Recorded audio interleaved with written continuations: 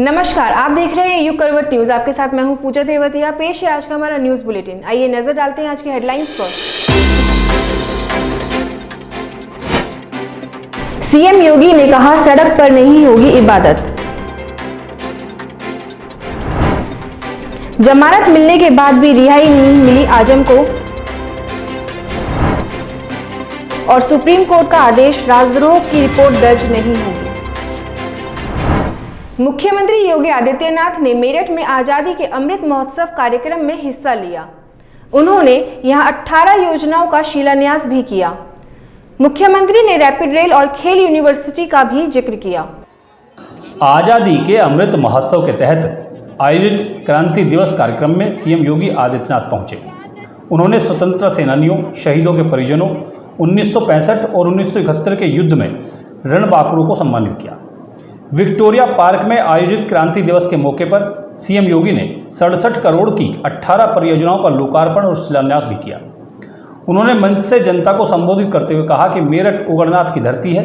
इस धरती को नमन करते हैं क्योंकि इसी धरती से आज़ादी की चिंगारी उठी थी। धरती को कोटि कोटि नमन करते हुए उन सभी क्रांतिकारियों को जिन्होंने अपना सर्वस्व न्यौछावर करते हुए भारत की आजादी के लिए, ब्रितानी हुकूमत को उखाड़ने के लिए अपना बलिदान दिया। भारत माता के ऐसे सभी सपूतों को कोटि कोटि नमन करते हुए प्रदेश शासन की ओर से उन्हें विनम्र श्रद्धांजलि भी अर्पित करता हूं। भाइयों बहनों, यह वर्ष हमारे लिए अत्यंत महत्वपूर्ण है और हम सब आभारी हैं अपने देश के यशस्वी प्रधानमंत्री श्री नरेंद्र मोदी जी के, जिनके नेतृत्व में आज पूरा देश एक भारत श्रेष्ठ भारत बनकर के पूरी दुनिया को नेतृत्व देने की ओर अग्रसर है। और यह वर्ष हमारे लिए अत्यंत महत्वपूर्ण है क्योंकि यह देश, हमारा देश आजादी का अमृत महोत्सव मना रहा है। अमृत महोत्सव में इस क्रांति की धरा का महत्व और भी बढ़ जाता है। उन्होंने मेरठ के विकास पर कहा कि रैपिड रेल आने के बाद मेरठ से दिल्ली की दूरी और कम हो जाएगी। मेरठ नए कलेवर के रूप में दुनिया के सामने आएगा। मेजर ध्यानचंद खेल university one district one product को तो बढ़ाएगी ही, साथ ही मेरठ का भी बढ़ेगा। उन्होंने कहा कि प्रधानमंत्री मोदी के नेतृत्व में यूपी लगातार आगे बढ़ रहा है। सबका साथ सबका विकास उत्तर प्रदेश में एक नई नजीर पेश कर रहा है। पुष्पांजलि और श्रद्धांजलि हम लोगों ने अर्पित की। यहाँ के विकास की योजनाओं का भी हम लोगों ने अवलोकन किया। आज मेरठ अपने नए कलेवर के रूप में देश और दुनिया के सामने आ रही है। हम लोगों ने आज रैपिड रेल को भी देखा। रैपिड रेल का काम किस तेजी के साथ हो रहा है। देश की पहली रैपिड रेल है जो मेरठ और दिल्ली की दूरी को एकदम मिला देगी। यद्यपि 12 लेन का एक्सप्रेसवे दिल्ली और मेरठ की दूरी को कम कर चुका है। याद करिए, जब उन क्रांतिकारियों ने दिल्ली पर हमला किया होगा उस कालखंड में पैदल चले होंगे, लेकिन आज आपके पास 12 लेन का एक्सप्रेसवे है। दिल्ली 45 मिनट में आप दिल्ली पहुंच सकते हैं। रैपिड रेल बनेगा, यह दूरी और भी कम हो जाएगी। आज Meerut one district one product के माध्यम से पूरे देश और पूरी दुनिया के अंदर स्पोर्ट्स आइटम के लिए जाना जा रहा है। और यही नहीं, मेजर ध्यानचंद के नाम पर प्रदेश का पहला स्पोर्ट्स यूनिवर्सिटी हम लोग मेरठ के अंदर ही बना रहे हैं और जिसका प्रधानमंत्री जी के कर कमलों से यहां पर शिलान्यास भी हो चुका है। मुख्यमंत्री योगी आदित्यनाथ ने कहा कि इबादत सड़कों पर नहीं होगी बल्कि इबादत गाह में ही होगी। सीएम ने साफ किया कि आस्था के नाम पर आम जनमानस के आवागमन को किसी कीमत पर बाधित नहीं होने देंगे।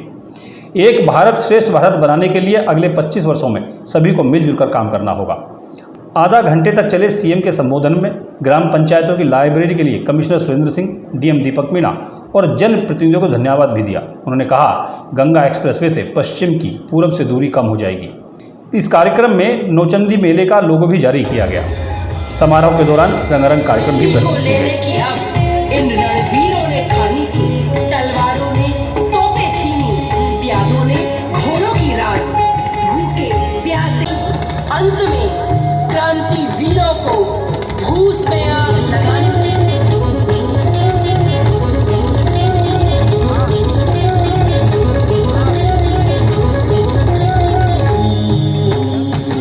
मुख्यमंत्री योगी आदित्यनाथ ने ओगड़नाथ मंदिर में पूजा अर्चना भी की।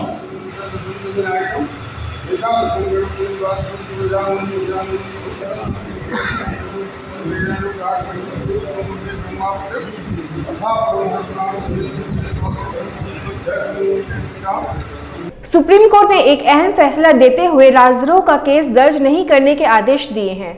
अब देश में 3 जुलाई तक राजद्रोह की रिपोर्ट दर्ज नहीं की जा सकेगी। सभी राज्यों में इसकी सूचना दी जा रही है। इस कानून में बदलाव करने की बात भी कही गई है।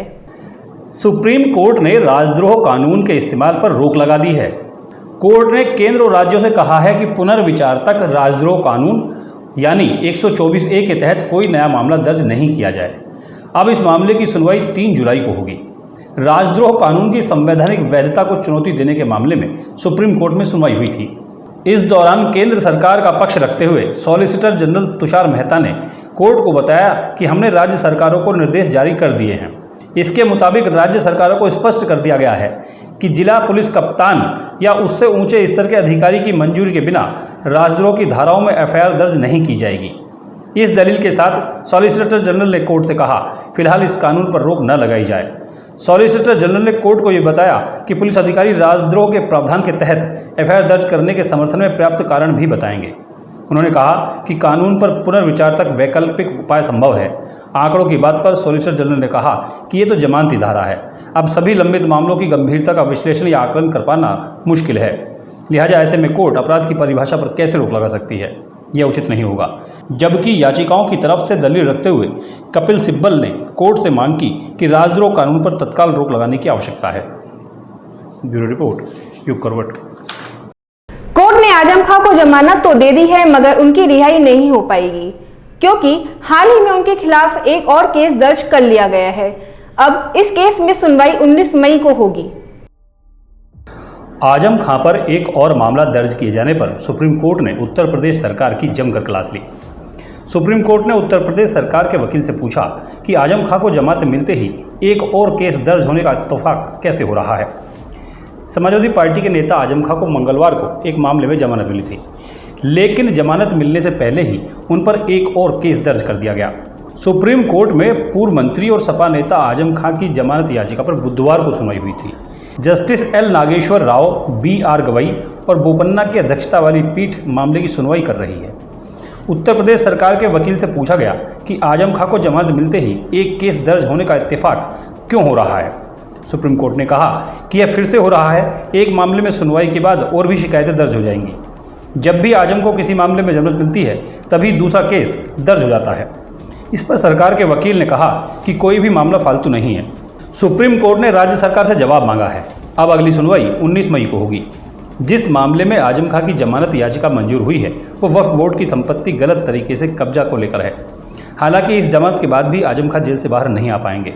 कुछ दिन पहले ही भाजपा नेता आकाश सक्सेना ने आजम खां के खिलाफ एक शिकायत दर्ज कराई थी। आरोप लगाया था कि आजम खां ने रामपुर पब्लिक स्कूल की बिल्डिंग का सर्टिफिकेट फर्जी बनवा रखा है। अब इसी मामले में अभी तक कोर्ट में सुनवाई नहीं हुई है और आजम खां का जेल से बाहर आने का रास्ता बंद हो गया। ब्यूरो रिपोर्ट, युग करवट। रील बनाने के लिए लोग लगातार हुड़दंग कर रहे हैं। अब ऐसे 2 और वीडियो सामने आए हैं। एक वीडियो सिद्धार्थ विहार फ्लाईओवर का है और दूसरा नेशनल हाईवे का। पुलिस ने 2 गाड़ियों के चालान किए हैं।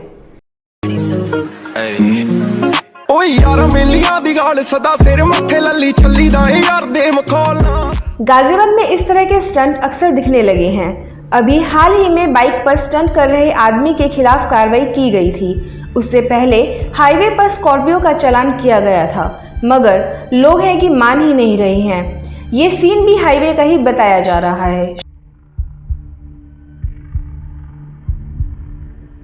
अब ये देखिए, ये वीडियो सिद्धार्थ विहार फ्लाईओवर का बताया गया है। इसमें भी एक युवक गाड़ी की छत पर चढ़कर हुड़दंग कर रहा है।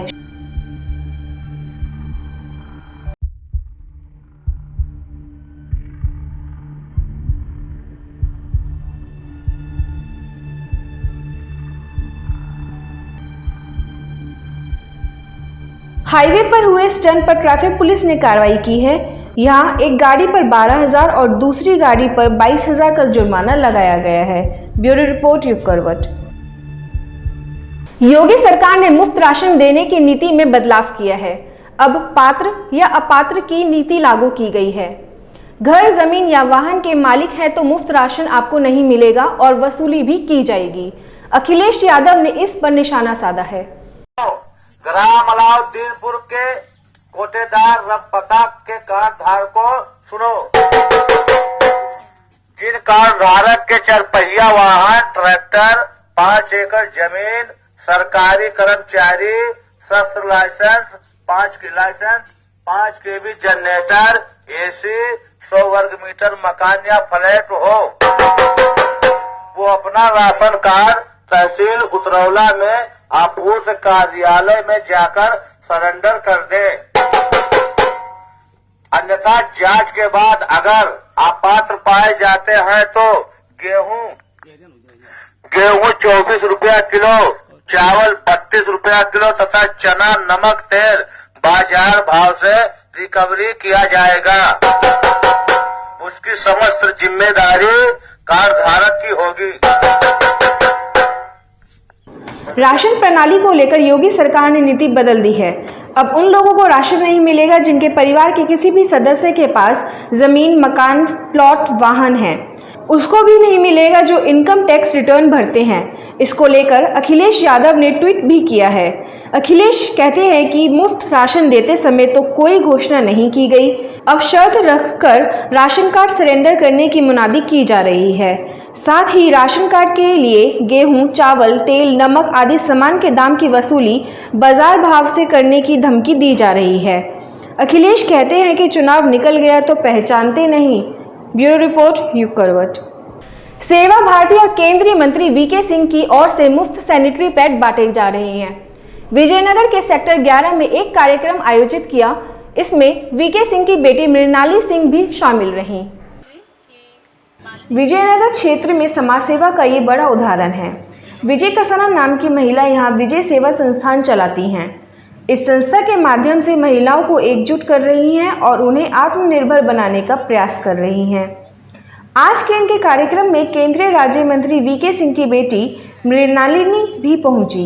सेवा संस्थान और अच्छा कार्य करे और लोगों की मदद करे, समाज को एक बेहतर जगह बनाए।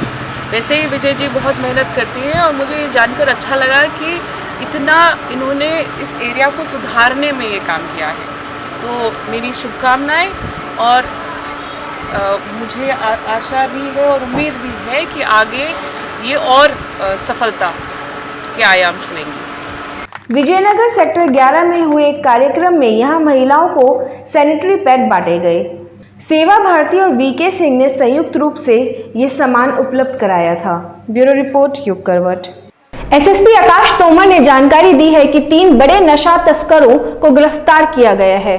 ये लोग बरेली से नशे का सामान लाकर सहारनपुर में बेचते थे।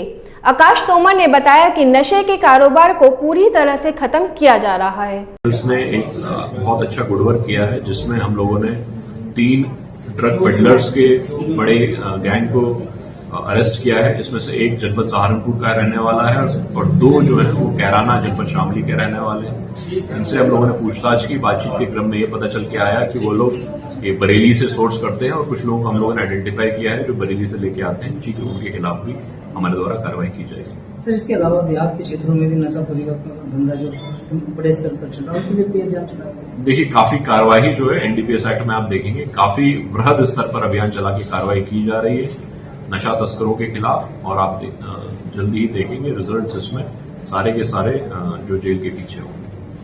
मुजफ्फरनगर में एसओजी और थाना सदर बाजार पुलिस ने संयुक्त कार्रवाई करते हुए एक गिरोह पकड़ा है।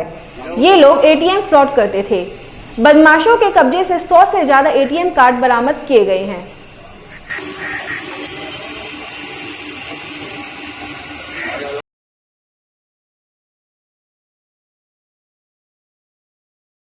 तो फिलहाल आज के लिए इतना ही। गाजियाबाद और आसपास की खबरों के लिए देखते रहिए युग करवट और विस्तार से खबरों को जानने के लिए पढ़िए युग करवट न्यूज़पेपर। सब्सक्राइब कीजिए युग करवट चैनल। नमस्कार।